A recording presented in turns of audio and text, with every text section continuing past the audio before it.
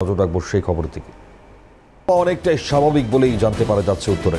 সকাল থেকেই রোদ ঝলমল পরিবেশ, পাহাড় সহ সমতলে তেমন বৃষ্টিপাতের দেখা যায়নি। অন্যদিকে জল কমেছে তিস্তা, তোরসা, মহানন্দায়। ফলত যে বিপর্যয়ের পরিবেশ বা পরিস্থিতি তা কিছুটা হলেও নিয়ন্ত্রণে নিয়ে আসা সম্ভব হয়েছে। পার্থ প্রতিম আমাদের প্রতিনিধি পৌঁছেছিলেন, কি পরিস্থিতি দেখুন।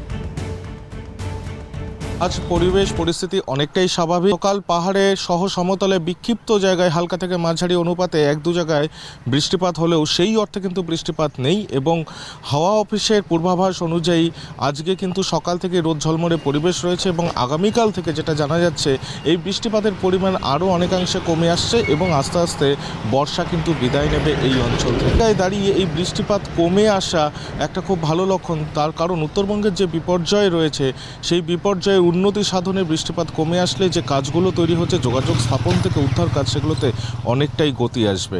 ইতিমধ্যে কিন্তু সকালবেলা রোদ ঝলমলে পরিবেশ, হালকা গরম লাগছে। তবে সেই জায়গায় দাঁড়িয়ে তোমাকে জানিয়ে রাখি, উত্তর সিকিমে কিন্তু গতকালও তুষারপাত হয়েছে এবং রাতের দিকেও হালকা পরিমাণ তুষারপাত হয়েছে। এই জায়গায় রাতের দিকে কিন্তু মধ্যরাত থেকে পেরিয়ে ভোররাত পর্যন্ত হালকা একটা ঠান্ডার আবহাওয়া থাকছে, আবার সকালের দিকে হালকা গরম থাকছে।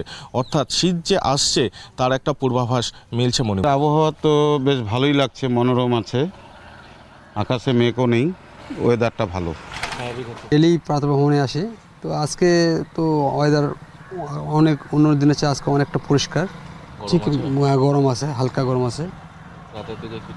রাতের দিকে একটু ঠান্ডা ছিল, তো সকাল হতে হতে মোটামুটি ঠিকই চলে আসছে। মনে হচ্ছে আবহাওয়া স্বাভাবিক হয়ে যাবে। আবহাওয়া মোটামুটি স্বাভাবিকই হয়ে গেছে মোটামুটি।